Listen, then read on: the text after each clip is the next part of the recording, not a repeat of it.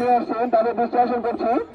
আপনারা আমাদের cycle van যানবাহনগুলো গ্যারেজবন্দি করুন, বাইরে বাইরে গিয়ে গ্যারেজবন্দি করুন। আমাদের মাঠের ভিতরে গ্যারেজ আছে, আমাদের সহযোগিতা করুন, গ্যারেজবন্দি করুন।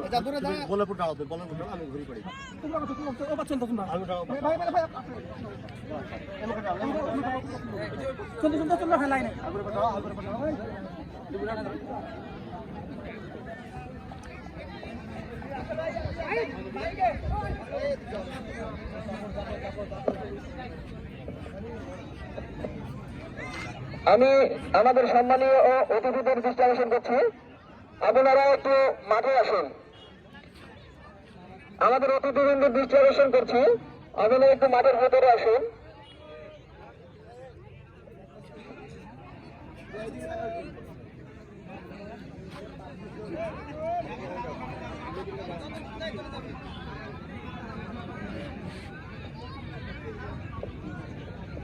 আসবে আসবে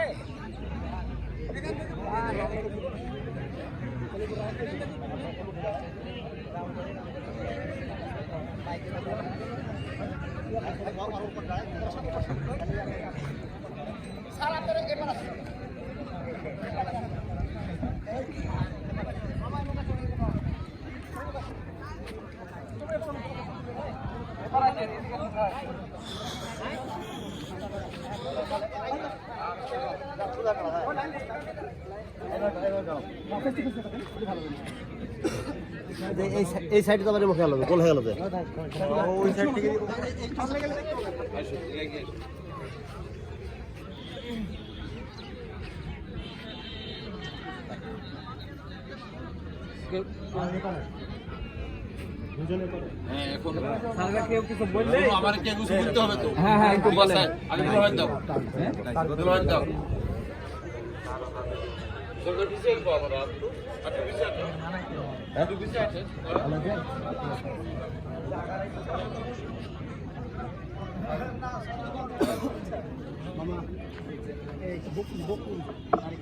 আসসালামু আলাইকুম।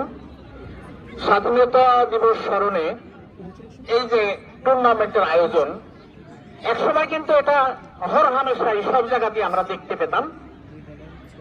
অতি মানে কি বলবো, দুর্ভাগ্য হলো সত্য যে যারা আমরা বাইরে বসে থেকে খেলা দেখি, অর্থাৎ আমার খেলোয়াড়ের সঙ্গে আসি, তারা এতই জানি, আল্লাহ আমাদেরকে এতই জ্ঞান দিয়েছে যে হুড় করে মাঠের মধ্যে নেমে পড়ি আমরা।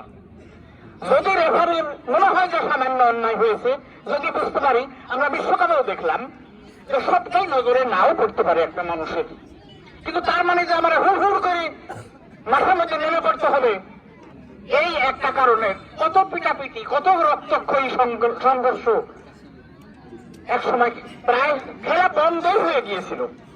যুবক সমাজ অনেক খারাপ স্তরে নেমে গিয়েছিল। আসার কথা হলো সত্য যে এখন একটু বিভিন্ন জায়গায় যুবকেরা একটু নড়ে চড়ে বসেছে, তারা একটু খেলাধুলার দিকে এগিয়েছে। আসলে